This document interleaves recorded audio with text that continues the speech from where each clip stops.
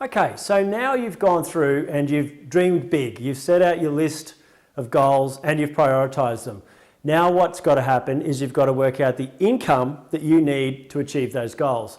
I'm going to start off assuming a couple of things here, all right? Just instead of me writing stuff down on the board which nobody wants to see, I'm going to assume that a reasonable amount of income to be earned in your first year in real estate, if you follow this, is $150,000, okay? So what that will do is it'll give you some savings, it'll give you some ability to achieve some short-term goals, such as an iPad or a holiday or something that I spoke about before. It'll allow for living expenses, and also it'll give you a little bit of headroom if you haven't been earning that amount of money before. If you have, and you want to set your goals higher, by all means, because what you're about to see will blow your mind actually how easy this is to achieve that amount of money. Now, real estate's a wonderful career and your income levels are uncapped and it's entirely up to you. But I really do believe that if you're getting into real estate and you're going to earn the average real estate income, which is about 50 grand a year, it's a pretty hard job for that. But you should be earning 100 to 150 in your first 12 months and then up from there if you choose to. And it's a really cool job when you start to earn that amount of money and you get the freedom that real estate involves. Okay, so to do this, now to work out the income that you want to earn, what we've got to do is work backwards using the figures that we had before to get to a daily number of people that you've got to speak to. So there's a heap of different ways real estate agents get paid out there in real estate land, and so I'm just going to assume a couple of things. You'll hear a couple of different terms. One of the terms that you'll hear a bit is GCI. That term stands for gross commission income, which is the amount of commission that you receive from a sale excluding GST. The percentages that agents charge for commission also vary all around the country and from agency to agency. The amount of percentage that an agent gets paid in their office also differs from agency to agency. So I'm going to assume a couple of things. The first thing is that as the agent, your commission split on a sale is 50% of the gross commission income. Just kind of makes my maths easier. The other thing that I'm going to assume is an average fee of $12,000. And if you look in Queensland at the moment, Queensland, well done, we've got the highest average commission in the country based off of the most recent Macquarie research. And a lot of agents are still charging at 2.9 to 3%. So I'm going to assume an average fee of $12,000 per sale. That's one of the things that you've got to know, as I said before, in your vitals. And it's important that you know how much you get paid each time you sell a house in your office, in your area. Because what that can mean too is you can give yourself an instant pay rise by either increasing your commission percentage or changing the value of the properties that you sell. Okay, so they're the assumptions. 50% to the agent and an average fee of $12,000. Okay, here we go. I'm going to go through here and step you through what we believe the right sort of ratios are when you're starting your real estate career and how you get to arriving at a number of people that you've got to speak to. Okay? Now this varies. As you go through and you get more experience in your real estate career, these ratios will vary greatly. But what we found in our experience in coaching and mentoring real estate agents for the last 20 years, that on average, when you're starting off, you've got to speak to about 28 people per appointment. Okay? That means you've got to speak with 28 people who own a property, ask them if they're thinking of selling it, before one of them says, yeah, come and see me, or talk to me on the phone about it. The next thing is how many listing appointments you've got to go to get a listing. And in our experience with people new to industry, that averages out at about 3 to 1. Okay, so you leave the office 3 times to see someone that owns a property, and every 3 times you come back with a listing. The next one is your list to sell ratio. Now that was what I talked about earlier. That is the amount of properties that you sell compared to the amount of properties that you list. At the moment, the list to sell ratio, I believe anyway, is unnaturally high because there's not as much stock on the market, but the demand is still huge, and list to sell ratios are running about 80 to 90% at the moment, and even higher for a lot of agents. But when you're starting off, your list to sell ratio is not as high because your skills aren't as high, and a lot of the times it starts off as low as 50%, but I'm not going to do that. I'm going to assume, because you guys are getting some training, that you're going to be at 66%, meaning that 2/3 of the properties that you list will sell. Okay?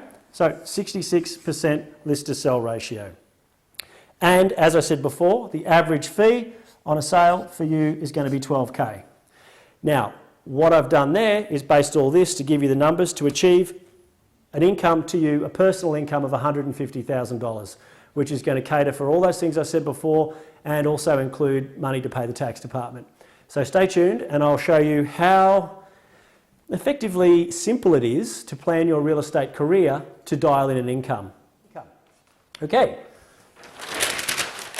Next page. For 12 months, if you want to earn $150,000 and you're getting paid 50% of the gross commission, as I mentioned before, then you're going to need to produce $300,000 in a 12-month period.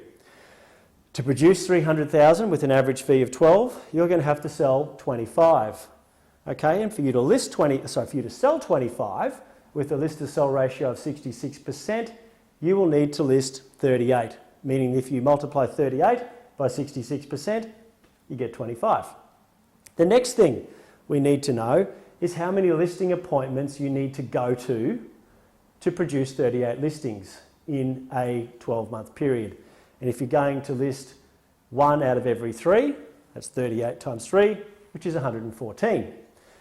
Next number, for you to do 114 appointments, you've actually got to speak to 3,192 people over a 12-month period to produce that amount of appointments.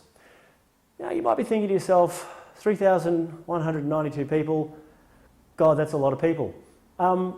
It is a lot of people, but also the rewards are great when you do that. And when you break it down daily, you'll see very shortly that it's actually not that many people. And when you speak to people in real estate mode and you get these ratios right, you start speaking to that number of people with a bit of experience and a lot more training, your income's going to go through the roof. And that's when it'll really be worth it. Okay, so that's in a 12-month period. For a month, let's break this down to a month. If you're going to write 300,000 in 12 months, that's actually 25,000. I can't write. 25,000 per month based on an average fee of 12,000. Means the number of sales required to achieve $25,000 in fees is actually 2.05, but we'll just call it 2. Okay? So 2 sales a month, it's 1 sale every 2 weeks, and you earn $150,000 a year. Now to do that, you actually have to ensure that to do 2 sales a month, you've got to list, guess what? 3. Pretty simple, right? And then to achieve 3 listings, you've got to attend 9 appointments. Now, if you were listening earlier on, and I hope you were, I was saying that you should go to a listing appointment every day. In an ideal world, that is going to get you up to speed really, really quickly and get your listing presentation great. Okay, if you go to a listing appointment every day, a lot of them won't be selling immediately, but it will be great practice. And if you do go to a listing appointment every day and you accidentally list more than 3 in a month, guess what? Your income's going to be a lot higher as well. Okay, but these numbers work on those numbers to achieve $150,000 per annum. And if you are going to attend 9 listing appointments and you've got to speak to 28 people every time you go to one, that means you've got to speak to 252 people in a month. Okay, so that's sounding a little bit better, right? When you break it down. And now we're going to break it down weekly. So there's 4.3 weeks in every month. So when you go back to the number that we had before of 252 people that you've got to speak to each week, and you divide that by 252 people each month, and you divide that by 4.3, you come out with 58 people every week who own a property that might sell it, that you would have to speak to earn $150,000 a year. And when you say, hey, I'm only going to be doing this 5 days a week because on the 6th day I'm going to be doing open for inspections, or maybe I'm going to have a day off in the middle of the week, that means to achieve your own meaningful goal, each day you need to speak with 12 people, okay? 12 people. It's pretty crazy. You speak to 12 people each day and you can earn $150,000 a year. Now, as I said earlier on, it's very important that you monitor your performance in relation to these ratios, because you might find that you're actually having to speak with 35 or 36 people before you set an appointment. And that's cool. That just means you've got to increase your actions, okay, or your time at work or whatever. But they're the numbers that you've got to monitor. You might actually find that your listing appointments are 4 to 1, not 3 to 1, which means you've got to go to more. But that's why, unless you know your numbers and know your vitals, you actually can't make a plan and come up with this number. Because that's it's pretty crazy. That's all you have to speak to, good quality people that own properties every day, and you will earn $150,000 per annum. Now, that's why I said real estate's really cool, because guess what happens if you want to earn 300 on those same numbers? You just go times 2 and you'll earn 300. Okay, it is that simple. That's where there is a bit of maths in real estate. That's about it, apart from calculating your percentage. But at the end of the day, this works. You've got the discipline to stick to these numbers and monitor these ratios. You can make your real estate career predictable, and you won't be one of those people that sits there and going, oh, I tried real estate and it was really hard.